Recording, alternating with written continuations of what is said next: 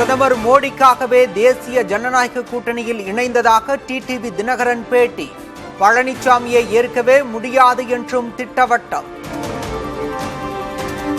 பழனிசாமி தான் எங்க கூட்டணி தலைவர், அவர் எடுக்கின்ற முடிவு தான் எங்கள் முடிவுன்னு பேசுறதுக்கு அப்புறம் அங்கு நாங்கள் இருக்க முடியுமா? பழனிசாமியின் துரோகத்தை எதிர்த்து ஆரம்பிக்கப்பட்ட கட்சி எப்படி நாங்கள் பழனிசாமியோடு முதலமைச்சராக ஏற்றுக்கொண்டு போக முடியும்?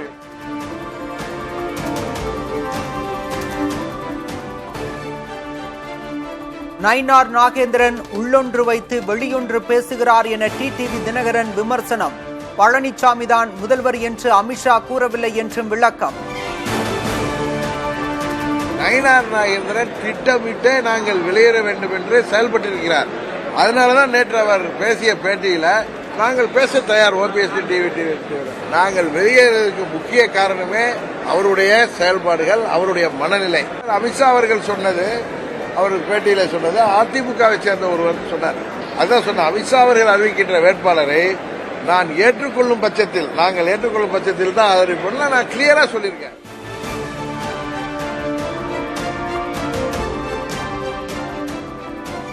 தேசிய ஜனநாயக கூட்டணியிலிருந்து அமமுக வெளியேற தாம் காரணம் இல்லை என நயினார் நாகேந்திரன் விளக்கம்.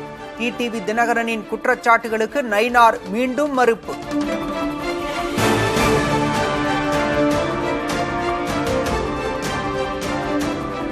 செங்கோட்டையனின் ஆதரவாளர் சத்யபாமாவின் கட்சி பதவி பறிப்பு. அதிமுக ஈரோடு புறநகர் மேற்கு மாவட்ட மகளிர் அணி செயலாளர் பொறுப்பிலிருந்து நீக்கம்.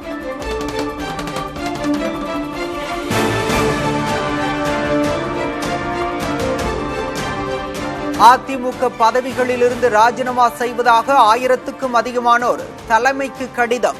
தனக்கு ஆதரவு அளித்து வரும் அனைவருக்கும் நன்றி கூறினார் செங்கோட்டையன். இறையிலும் புரட்சித் தலைவர் அம்மாவுடைய தொண்டர்கள் அனைவரும் ஆயிரக்கணக்கான பேர் நேற்றும் இன்றும் தொடர்ந்து வந்து கொண்டிருக்கிறார்கள்.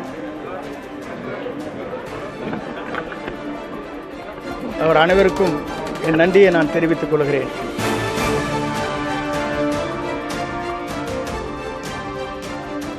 செங்கோட்டையனை உறுதியாக சந்திக்க உள்ளதாக முன்னாள் முதல்வர் ஓ பன்னீர்செல்வம் பேட்டி. 10 நாட்கள் அவகாசம் முடிந்த பிறகு செங்கோட்டையன் அனைவரையும் அழைத்து பேசுவார் என எதிர்பார்ப்பதாகவும் பதில்.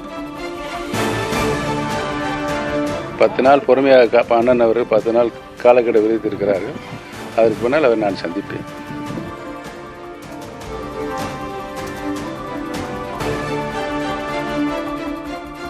சிறந்த உட்கட்டமைப்பு, திறமையான இளைஞர்கள், அமைதியான சூழலால் தமிழ்நாட்டில் முதலீடுகள் குவிகின்றன. வெளிநாடு வாழ் தமிழர்கள் ஒவ்வொருவரும் தமிழகத்தின் தூதர்கள்தான் என்றும் முதல்வர் ஸ்டாலின் பெருமிதம். சிறந்த உட்கட்டமைப்பு, திறமையான இளைஞர்கள், அமைதியான சூழல், இதனாலதான் தமிழ்நாட்டில் முதலீடுகள் குவியுது. தமிழ்நாட்டோட வளர்ச்சிக்கு காரணமாக இருக்கிற நீங்க எல்லோரும் தமிழ்நாட்டோட unofficial ambassadors.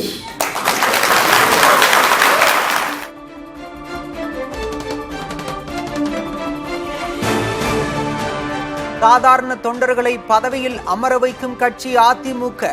திமுகவில் உழைப்பவர்களுக்கு உரிய இடமில்லை என பழனிசாமி பேச்சு.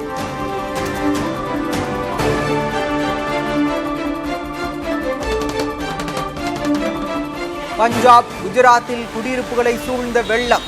ராஜஸ்தானில் சாலை அடித்துச் செல்லப்பட்டதால் மக்கள் அவதி.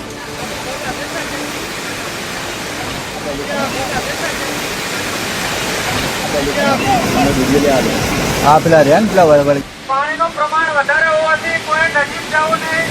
પોતાની સલામતી અને તકેદારી રાખીએ.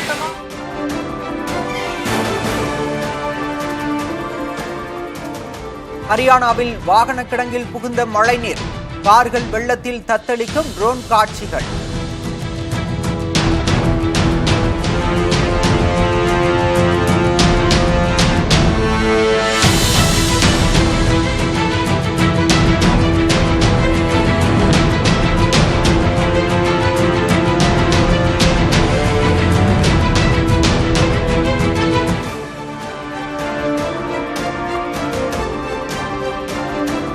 தெலங்கானாவில் ஆஸ்திரேலியாவில் பாலத்தின் அடியில் வெள்ளத்தில் சிக்கிய அரசு பேருந்து, பயணிகளை பத்திரமாக மீட்ட காவலர்கள்.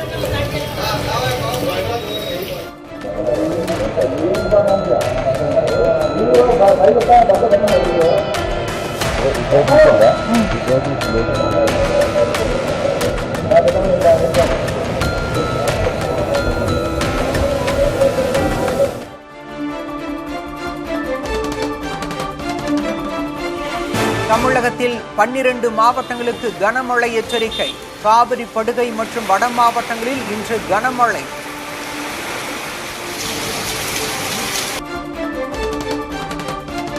புற்றுநோய்க்கான தடுப்பூசியை உருவாக்கியது ரஷ்யா.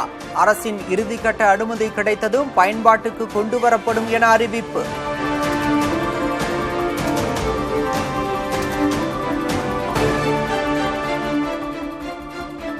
பதவியேற்ற ஓராண்டுக்குள் ராஜினாமா செய்தார் ஜப்பான் பிரதமர் இஷிபா. நாடாளுமன்ற தேர்தலில் ஆளுங்கட்சிக்கு ஏற்பட்ட தோல்வியால் ஏற்பட்ட நெருக்கடியை தொடர்ந்து முடிவு.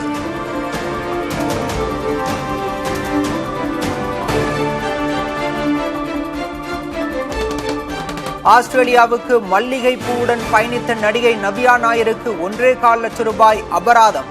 விதிகளை மீறி பூவை எடுத்துச் சென்றதால் அதிகாரிகள் நடவடிக்கை.